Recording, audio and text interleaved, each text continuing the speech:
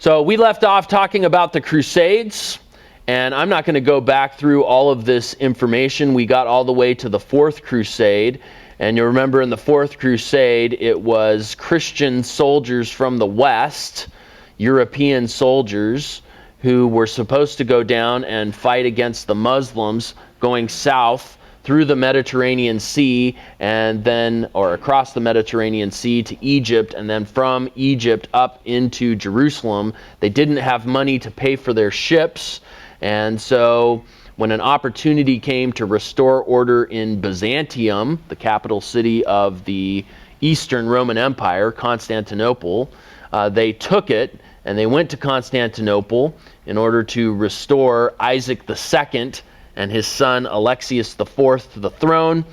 And when they did that, Alexius IV told them that he didn't actually have the money to pay them, and so they waited for 6 months. During that interim time period, Alexius IV was put to death, and we had a usurper who came to the throne named Alexius V, or Murtzophalos, and he refused to pay the Crusaders, and as a result, they sacked the city of Constantinople. So that was in 1204, the Fourth Crusade, which ends in utter disaster.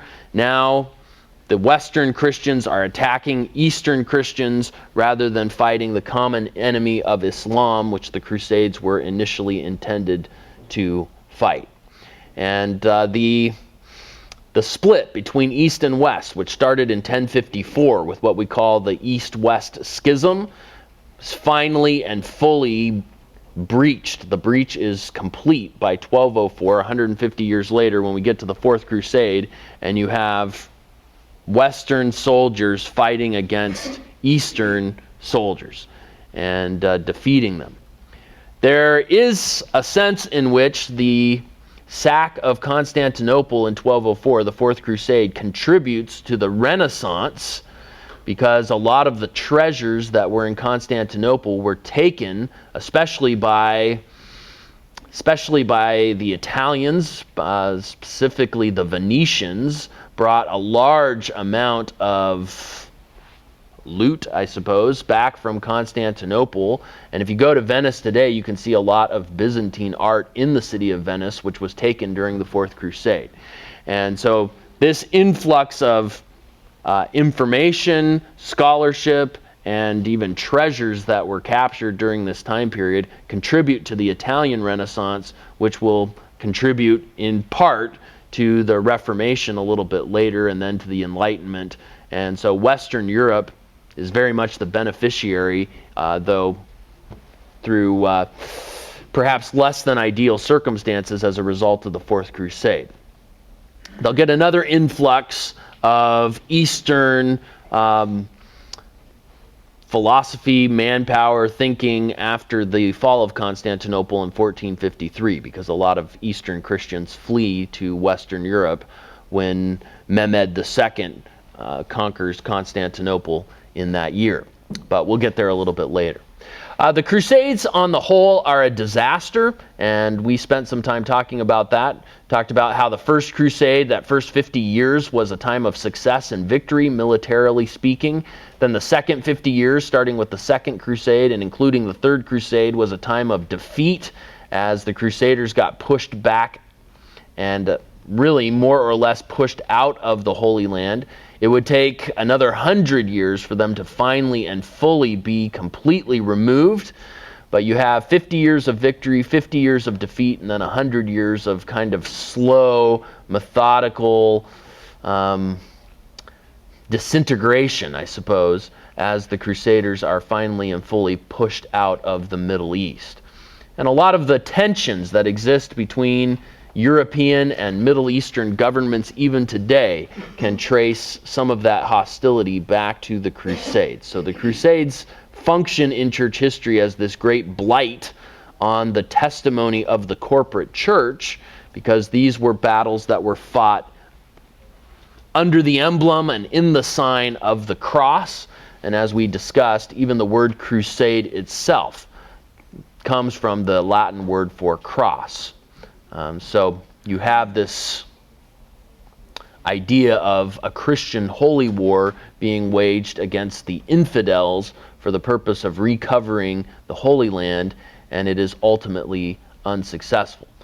But some of the attitudes, I think, even today of Islamic governments towards the nation of Israel, which they see as being a puppet of the West, a puppet of Western European and especially American governments, goes back even to these crusading times when Europeans attempted to establish kingdoms in the Holy Land that the Muslims did not appreciate.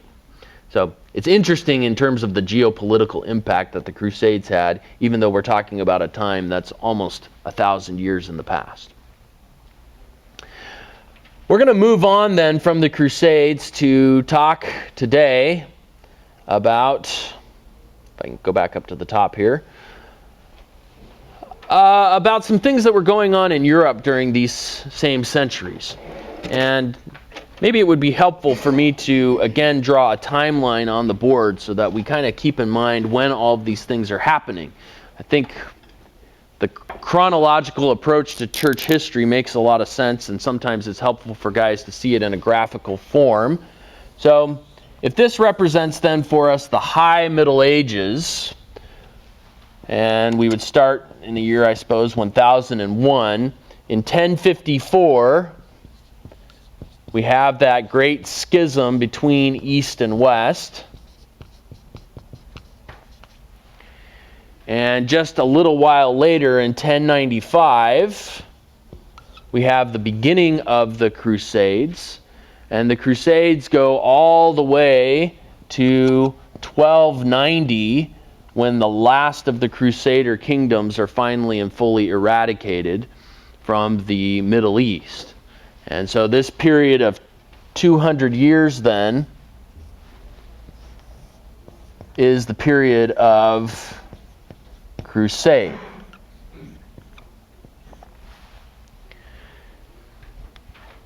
Well, there are things that are going on in Europe during this period of 200 years, and we need to talk about some of these developments, particularly in the area of scholarship, in the area of education. During the early Middle Ages, especially after the fall of Rome in 476, all the way up until really the Carolingian dynasties of Charlemagne and others, we have a real lack of scholarship in Western Europe. We've talked a little bit about how the feudal system was what dominated society, and most people at that time were either soldiers or farmers. I suppose most people were farmers. A lot of people were also soldiers.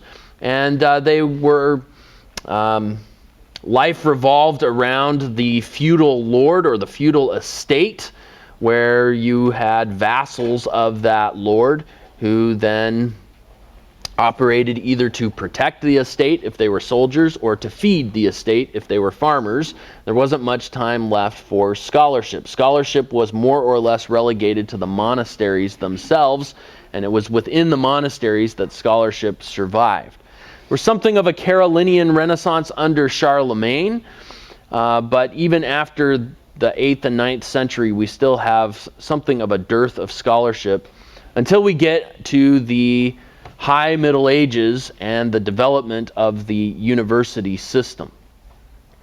Scholasticism, which is what we will be discussing over the next few minutes as we talk about these developments, refers specifically to this schooling system that was established, and it becomes the primary form of education during this period. And so even the idea of someone being a scholar or of scholastic endeavors comes out of that same word group. Began as an effort to explain how Christian theology and Greek philosophy could be reconciled, and so its main objection was to answer questions and resolve supposed contradictions. Let's talk just a little bit about Christian theology and Greek philosophy. In the early church, as we already saw earlier in this class, the early Christians were highly influenced by Platonism. And Greek philosophy in particular Platonic philosophy was very influential, especially in some circles of Christianity. And there's many ways, I suppose, in which Platonism, in the minds of some Christians, fit very well with Christian theology. Plato taught that this world is an imperfect picture and representation or reflection of another higher realm, a spiritual realm, in which perfect forms existed. And he spent a lot of time talking about the forms, which he saw as these perfect attributes that existed in another realm, of which earthly attributes were only an imperfect reflection. And so you can see how that would fit with Christian theology, because we certainly believe that there is a perfect realm where God is a spiritual realm, and that perfection is only found in that realm, and that Christians are striving to, as aliens and strangers here, they're striving to live out the fact that they are really citizens of heaven and not citizens of this earth. So Platonism found inroads into Christianity very early on.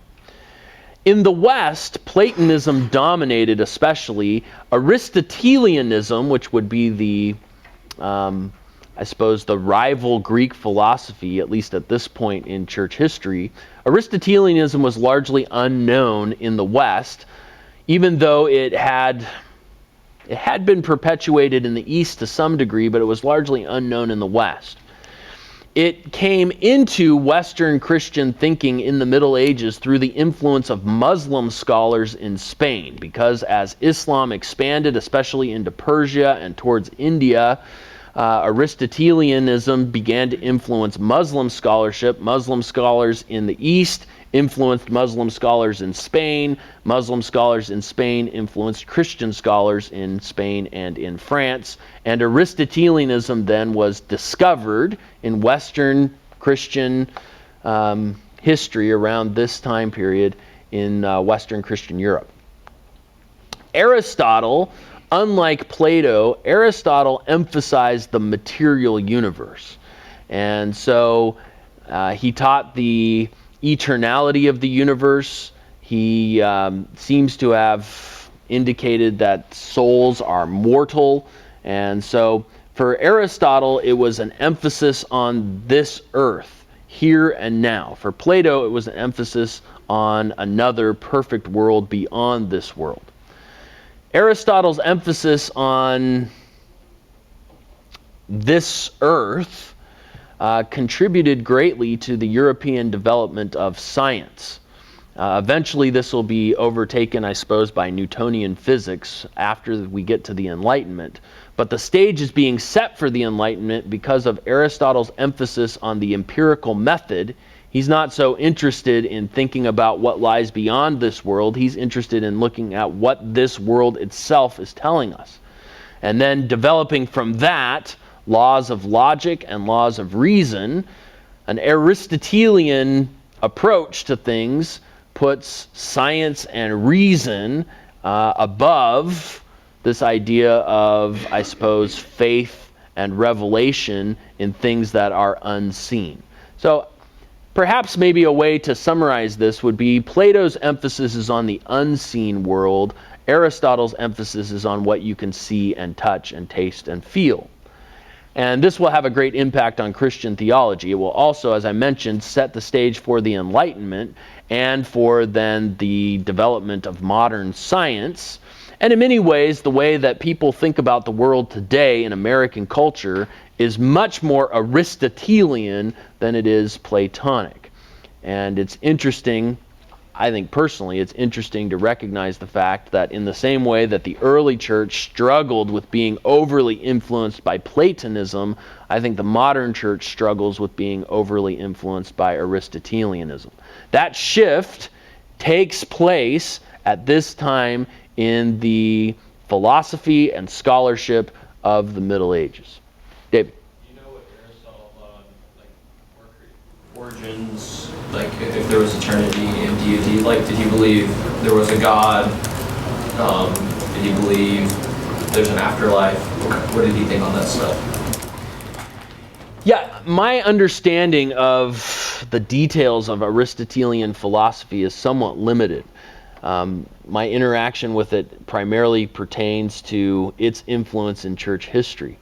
It's kind of like when we get to the Reformation with the English Reformation. There will be one lecture where we'll be really interested in the history of the English monarchy. But outside of its influence in church history, I don't have any interest in the English monarchy. No offense to any of the royal weddings or anything else that's gone on recently in Britain.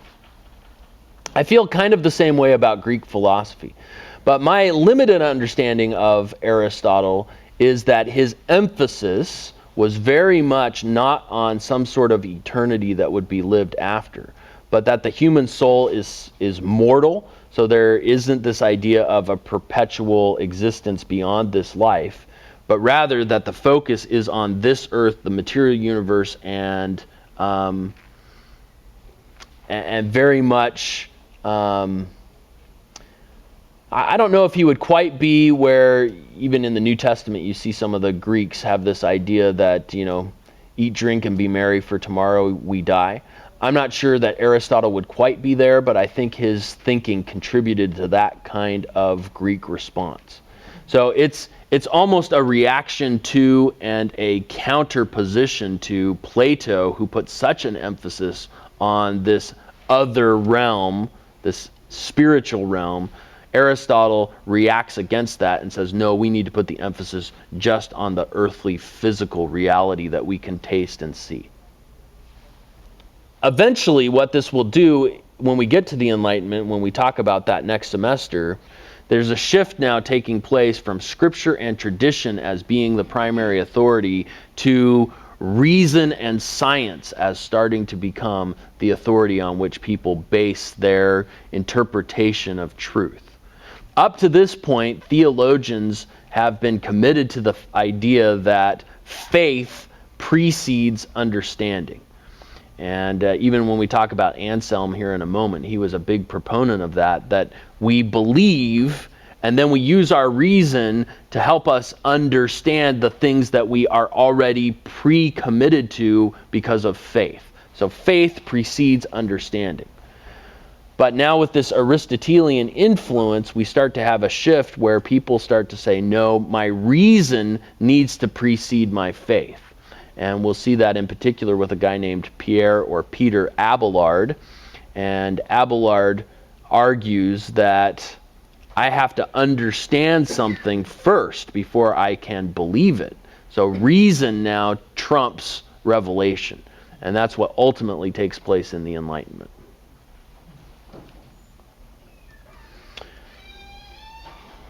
Okay, so one other comment here. Second half of this bullet point. Its main objective, this is Scholasticism, its main objective was to answer questions and resolve supposed contradictions. That very much became the standard of learning during this period of time in the Middle Ages. A model or a method known as the Dialectical Method, a method of asking questions. And so a question would be posed, and then they would list out all of the affirmative answers to that question, and then they would put all of the negative answers to that question. So it would be a point, a counterpoint, and then they would attempt to resolve it, sometimes coming to some sort of synthesis in their conclusion. So you have a thesis, and then you have a point, counterpoint, and then some sort of resolution. And in the point and counterpoint arguments, all sorts of authorities would be listed. So the Scripture might be an authority, and Plato might be an authority, and Aristotle might be authority on the other side. So if the question was, is the universe eternal?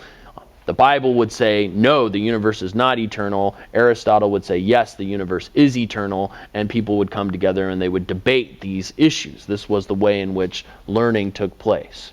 Theology was considered the highest form of education during this time period as well. It was the queen of the sciences, and so the brightest and best minds of Europe during this time period were invested in theological discourse and discovery. Unfortunately, because of the sacramental system, because of the traditionalism represented in Roman Catholicism, because much of that had become or started to become entrenched, some of these theological discussions end up in nothing more than meticulous minutia and speculation. One of the most famous questions associated with the scholastic method is, how many angels can dance on the head of a pin? Now, we don't actually know whether or not that question was ever really debated, but it goes to show you just how, I think it illustrates just how particular some of these discussions got. In fact, I recently learned that there was, I think it was in 1493, yeah, it was, 1493 in Belgium, there was an 8-week debate on whether or not 4 5-minute prayers over 4 successive days were as effective as 1 20-minute prayer. I guess it would be 4 5-minute prayers, that's what it was, or as effective as 1 20-minute prayer on one day of the week. And so it just goes to show how meticulous some of the questions and debates got during this period of time, which I don't know if you've thought about that before, but are 4 5-minute prayers as effective as 1 20-minute prayer? How about 4 20-minute prayers? I don't know. All right, some of these important scholars and names that are, in fact, the resource that I found that from made the comment that it took them 8 weeks to debate this in 1493, which was longer than it took Columbus to sail to the New World the year before in 1492. Kind of interesting. I don't know if they did or not. That wasn't included in what I was, in the information that I was getting, but I don't know. Some of the important names associated with the scholastic movement would be Anselm of Canterbury, Peter Abelard. There's another individual who's not listed in your notes, which is Peter Lombard. And then, of course, Thomas Aquinas, who is considered really the prince of the scholastic scholars. Let's talk a little bit about Anselm. In the centuries preceding Anselm, the education wasn't so much the dialectical method, it was more devotional. And so it would be, going to class would be more like going to chapel every day. It was the idea of, here's the truth of God's word, or here's the traditions of the church, and here are the implications of those teachings for you personally in a devotional sense. And that type of education took place primarily in the monasteries or in the cathedrals, which were starting to be built during this time period in Europe. Anselm represents something of a bridge between that devotional method and the scholastic method, because we see both approaches in his writings and in his teachings. He actually writes his theology as a prayer. So it's kind of an interesting idea, I suppose, if you want to write a systematic theology composing each chapter as a prayer. It would give you the sense that this is a devotional endeavor and not just an academic endeavor. And that is one of the disadvantages, I suppose, that comes out of the scholastic method, is that theology now can become something of an abstract discussion at times, rather than seeing it properly as a devotional tool. And I think we do well to remind ourselves that the study of theology is not merely academic. It is to be a devotional, or to have a devotional effect on our hearts. Anselm is significant for at least 2 reasons when we think of his contributions to church history. One has to do with his articulation of divine proofs for the existence of God. The other has to do with his articulation of the atonement. So let's talk about each of those just a little bit. Due to the influence of Aristotelian thought and the Christianization of the Aristotelian system, the application of the empirical method, we start to have the development of things like natural theology, which looks around at the natural world, and we begin to have the development of these divine proofs for the existence of God. So rather than beginning with the assumption that yes, God exists, we now begin to prove that God exists by looking at the physical universe and then using logic to give us some sort of deductive approach for showing or proving that God does indeed exist. And Anselm is one of the, he's not the first, but he's one of the first to really incorporate and articulate these divine proofs. So, among these divine proofs would be the cosmological argument for the existence of God. And again, Anselm begins with faith and then seeks to understand, but in seeking to understand, he's now looking at the world around him and saying, are there things in this world that I can use to derive some sort of deductive process by which I conclude, beyond reasonable doubt, that there truly is this God that I believe in. And the cosmological argument starts with creation, that God is the first cause. And there is a creation. That creation is an effect, and each effect has to have a cause, and there must be a primary cause who started it all, and that primary cause, that first cause, that unmoved mover must be God. That's the cosmological argument. Along with the fact that creation is an effect of which there must be a cause, we see that creation also has a great deal of order and beauty and design. This gives us what is called the teleological argument for the existence of God. Design implies a designer, and if there is a designer, that designer must be God. And so these two arguments become probably the two most well-known evidential arguments or empirical arguments for the existence of God, the cosmological and the teleological. We would also perhaps add to that a moral argument for the existence of God, that men have a conscience, and that conscience points to a lawgiver. And we do see some biblical warrant for these arguments in Romans 1 and 2, where Paul uses the cosmological argument, and I suppose to some degree the teleological argument in Romans 1 to say that unsaved individuals are without excuse. And then he points to the conscience in Romans 2 and really references what will later be articulated as the moral argument for the existence of God. Anselm himself is most famous for an argument that becomes known as the ontological argument for the existence of God. It sometimes is also called Anselm's argument.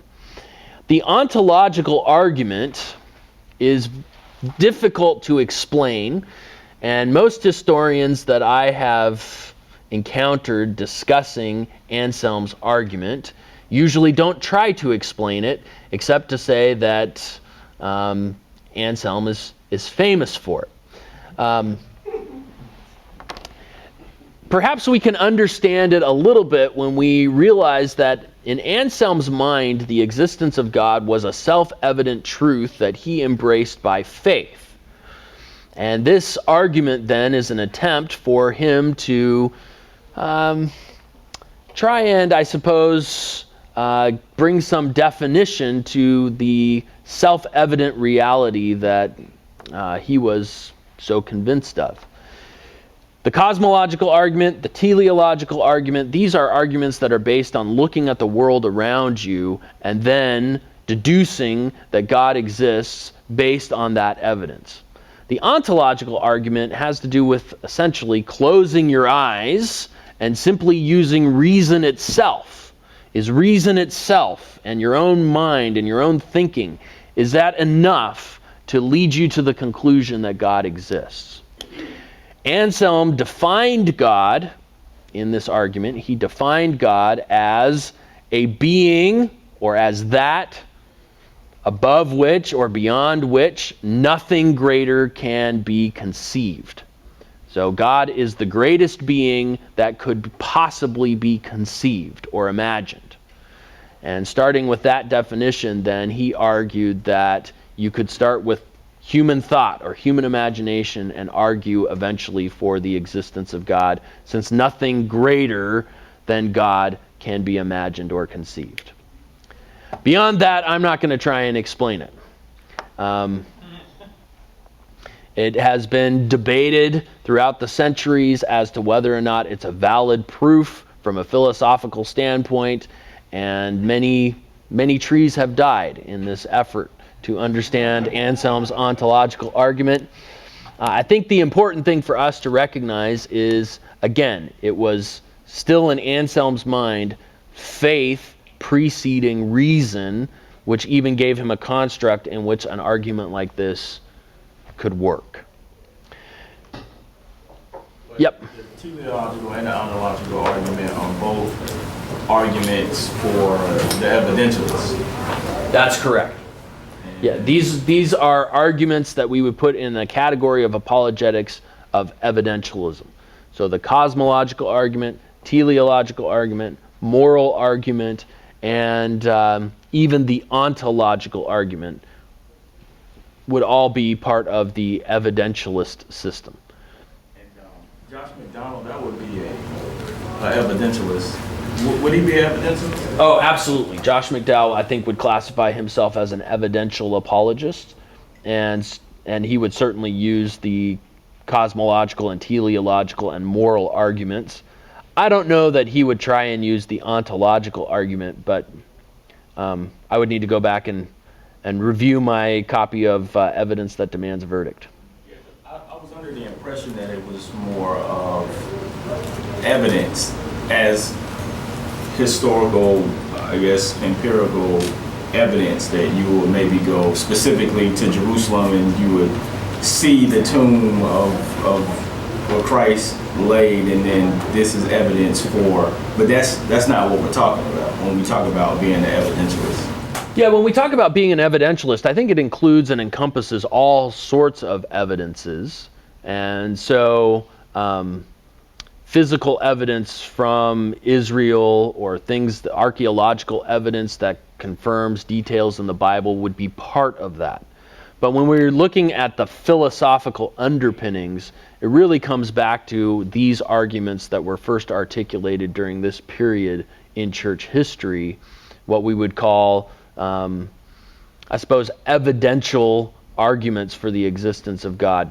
The cosmological, teleological, moral, ontological, and that would be somewhat different than the presuppositional argument, or the, what did Bahnsen call it in the Bahnsen-Stein debate?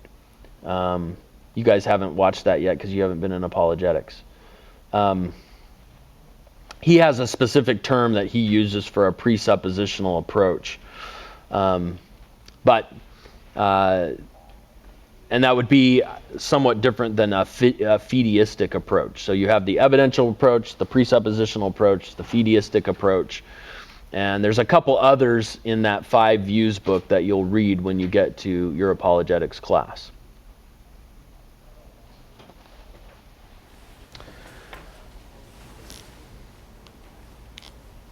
Trying to remember what Bahnsen called it. The other major contribution to theological development, or the articulation of theology, that Anselm has is with regard to his view of the atonement.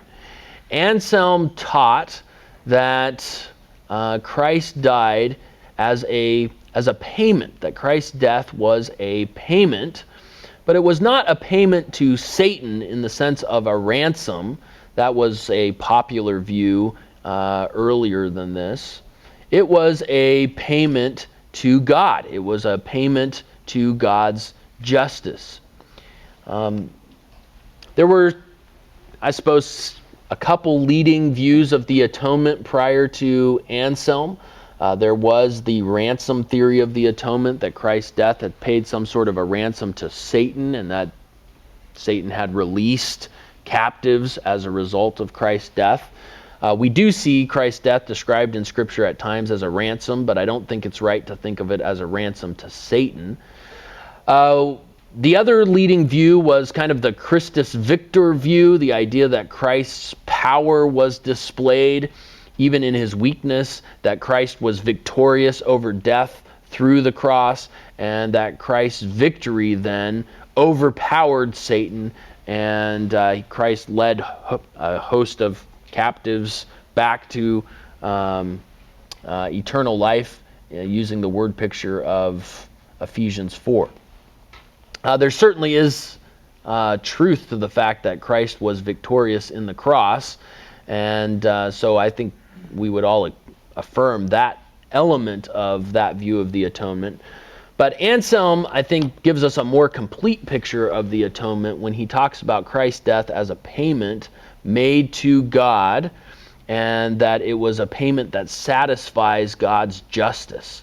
So we begin to have the satisfaction theory of the atonement. That Christ's death, that penalty paid on the cross, satisfies the wrath of God because or pacifies the wrath of God because it satisfies the justice of God.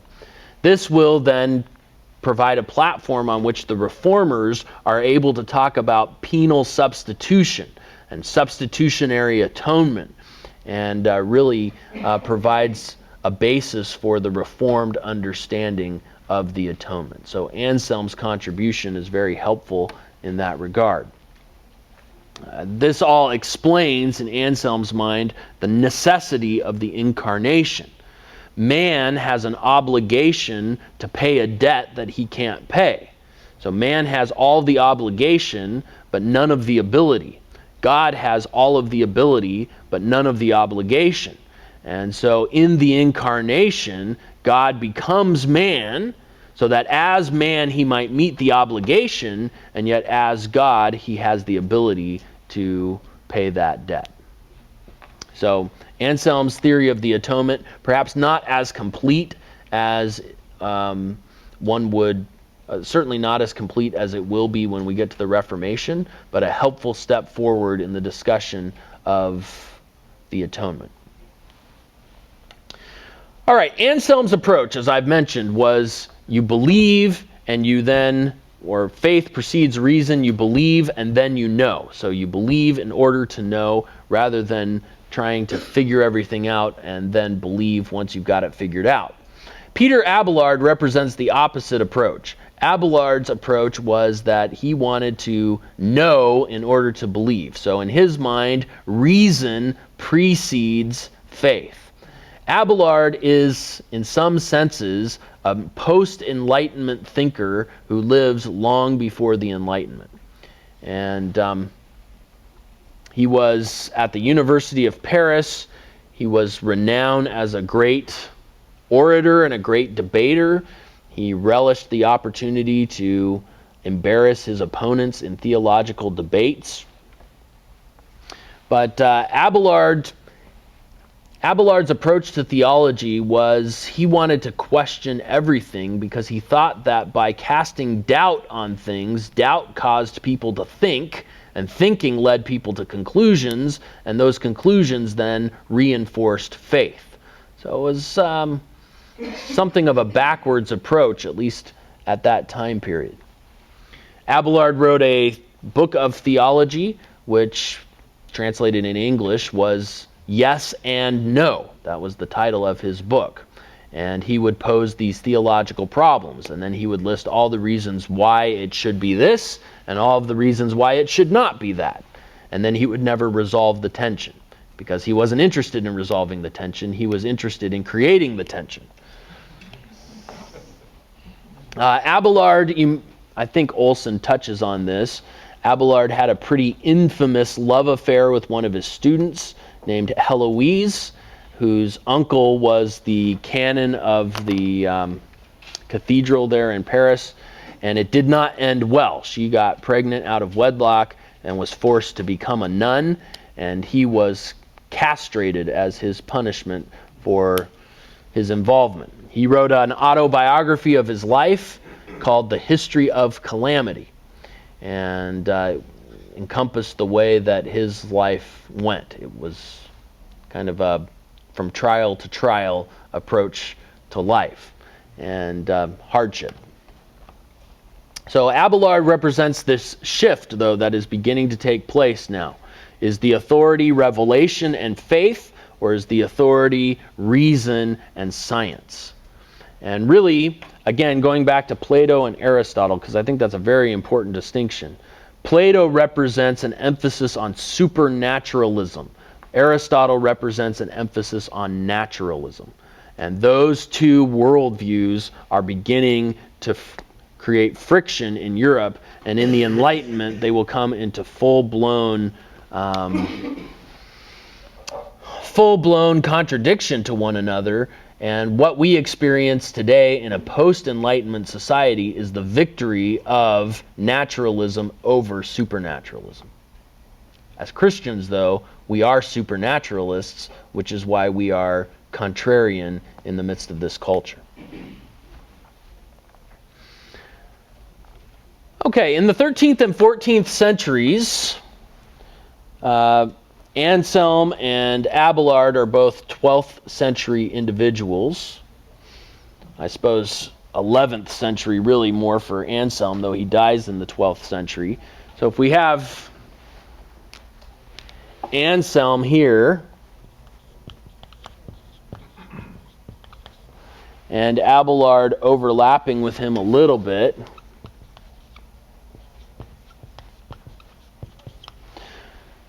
one other individual, just while I'm thinking of it before I forget, one other individual that's important to mention who lives right around the same time period is Peter Lombard. And he's not in your notes. He needs to be added at some point. Peter Lombard wrote a theology textbook, essentially, called Lombard's Sentences. Lombard's Sentences. Lombard's Sentences is kind of a dry explanation of all of these different categories of theology, and those sentences become the basis for theological learning in the universities. And so students who study theology spend time studying Lombard's sentences, and they write commentaries on Lombard's sentences and think about Lombard's sentences and so on and so forth. Lombard is credited, for example, with articulating 7 sacraments. And up to this time, there had been lots of various things that people did that they thought were signs of their sanctification, that somehow imparted grace into their lives. But Lombard is able to reduce the amount from as many as 30 sacraments to only 7 sacraments, and those 7 sacraments then get canonized by the Catholic Church and become the 7 sacraments that we have today. Calvin was familiar with Lombard's sentences. He quotes from Lombard's sentences somewhere around 100 times in his Institutes, though not usually very favorably. Calvin thought Lombard had messed up all sorts of things. He talks about how if Augustine said something lucidly, Lombard would come up and make it obscure. And if Augustine said something that was slightly wrong, Lombard would come along and completely corrupt it. That was Calvin's view of Lombard. But he's an important figure when we come to understand medieval theology. All of this, along with all of this taking place, is the development of medieval universities. And so you can see here that some of the earliest universities in Europe, Bologna in Italy in 1088, Oxford in England in 1096, University of Paris in 1150, and Cambridge, a late blooming school, in 1209. And so you have universities that actually just, it'd still be a few decades, I suppose, but some of these universities are about to turn a millennium old, which is pretty amazing to consider that in 2096, Oxford will have been around for 1,000 years. Now, granted, the campus that exists today at Oxford is far more developed and impressive than when these universities actually began. These were small little schools. that probably would not have looked like much more than just a small little institute type of environment. The emphasis in medieval education on grammar, logic, and rhetoric. And we also have the development of a couple different orders of the Catholic Church. Of course, we had the Benedictine order, which we talked about a little bit. We had some of the crusading orders. We have the Franciscans, the missionary order established by Francis of Assisi. And then we have now the Dominicans. And really the thing that separates the Dominicans from some of these other orders is that the Dominicans have fully embraced Aristotelian thought, and so they are then characterized by Aristotelianism, whereas most of the other prior orders, including the Franciscans, were more Platonic. They were Platonists in their philosophical approach. The most famous of the Dominicans is Thomas Aquinas. And Thomas Aquinas, probably the most famous of the medieval theologians, and certainly one of the most significant. We don't have much time to spend on Aquinas, so we'll just say a few things about him, and he'll probably bring us to the end of our class period today. Aquinas was born in a wealthy family, and he was born in a Benedictine family. His uncle was a Benedictine abbot, and his family planned for Thomas to be a Benedictine monk. But Thomas, when he went to the university in Naples, was influenced by the Dominicans, and so he wanted to become a Dominican monk. This was a major issue. His family was distraught by this decision, probably because the Dominican order was just a few years old. It was very, very young, and so it did not have the fame or the gravitas that the Benedictine order had at that time. And they were afraid if Thomas went to be a Dominican, that he would never achieve any sort of fame or stature. Obviously, the fact that we're talking about him in this class evidences the fact that they were wrong. But they were so committed to him becoming a Benedictine monk and not a Dominican monk that they actually kidnapped him and kept him at home for 2 years, trying to convince him not to become a Dominican. But Thomas was stubborn and refused to capitulate. And after 2 years, they've realized, you know what, our son is not going to change his mind. And so they arranged for him to escape, and he was then able to join the Dominican order.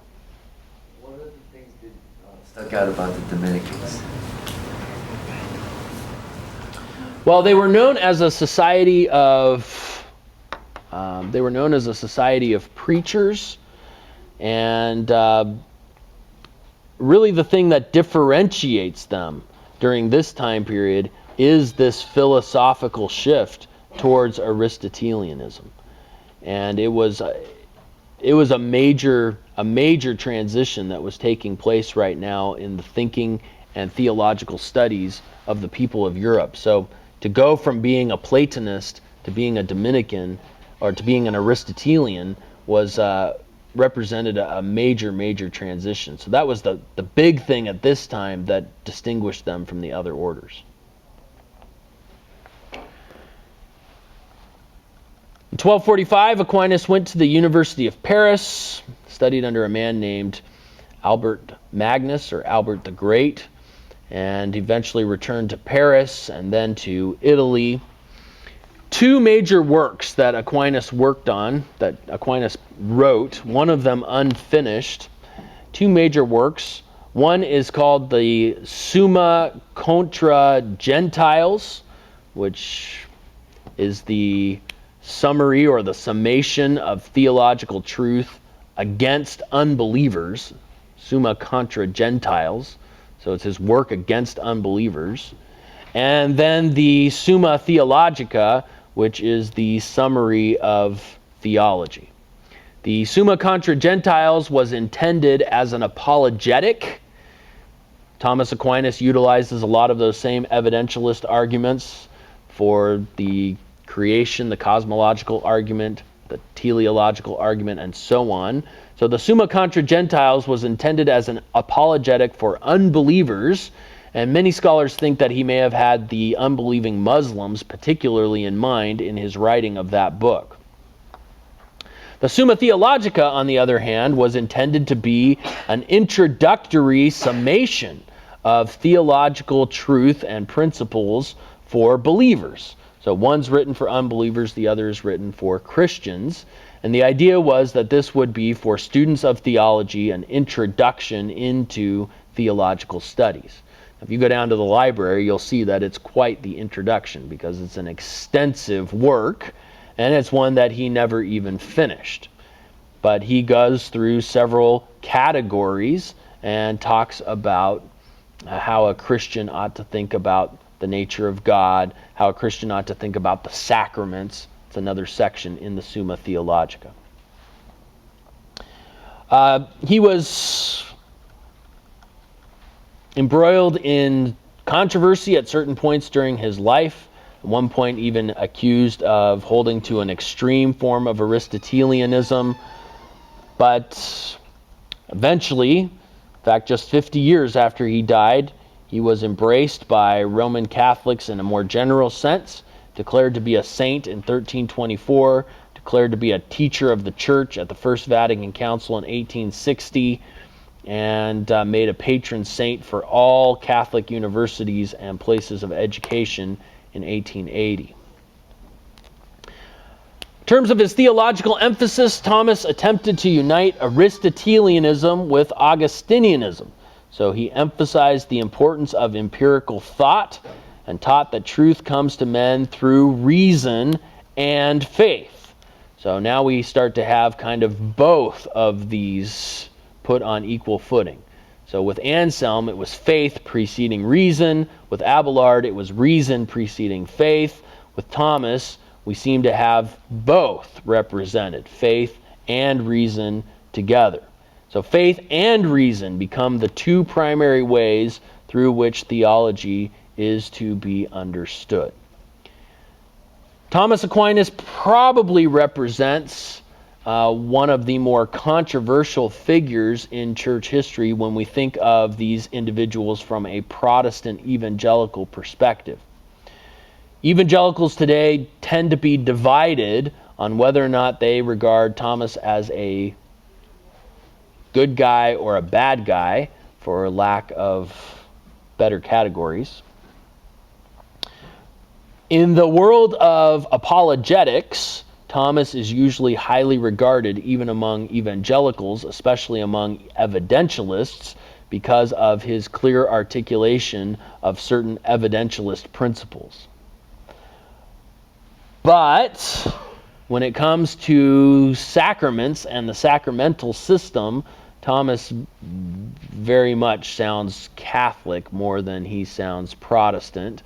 And I think when you think about the development even of the sacramental system during this time period, Thomas didn't do anything to deter that development, but only to embrace and to continue to advance the development of the sacramental system. So a bit of debate, I suppose, among evangelicals as to how they view Thomas Aquinas. I personally would put him in the category of, I guess what makes it a little bit difficult is that he's a pre-Reformation figure, so you don't have that clear line in the sand drawn yet in church history. But I would put him in the category of a guy who sometimes has some good things to say and to think about, but at other times needs to be approached with extreme caution.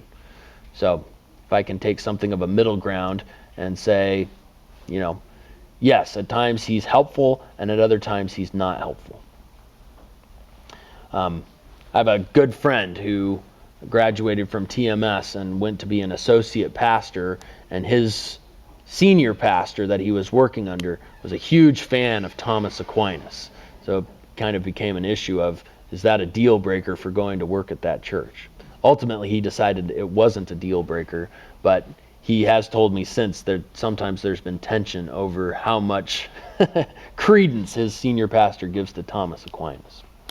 In any case, you have this towering figure in terms of philosophy and systematic theology, and all of that, of course, comes out of this scholastic method, that we're now approaching things systematically, approaching things logically. This represents something we're all very familiar with, but a very new development in the history of Christianity. All right, guys, well, that brings us then to a point that I think is a good stopping point. We'll talk about the corruption of the Catholic Church during this time period a little bit later, but Thomas Aquinas, if we're putting him here on our timeline, will be right around. And we have already mentioned the Fourth Lateran Council, which took place in 1215. Aquinas lived from 1225 to 1274. So just about halfway through this period of the second half of the Middle Ages.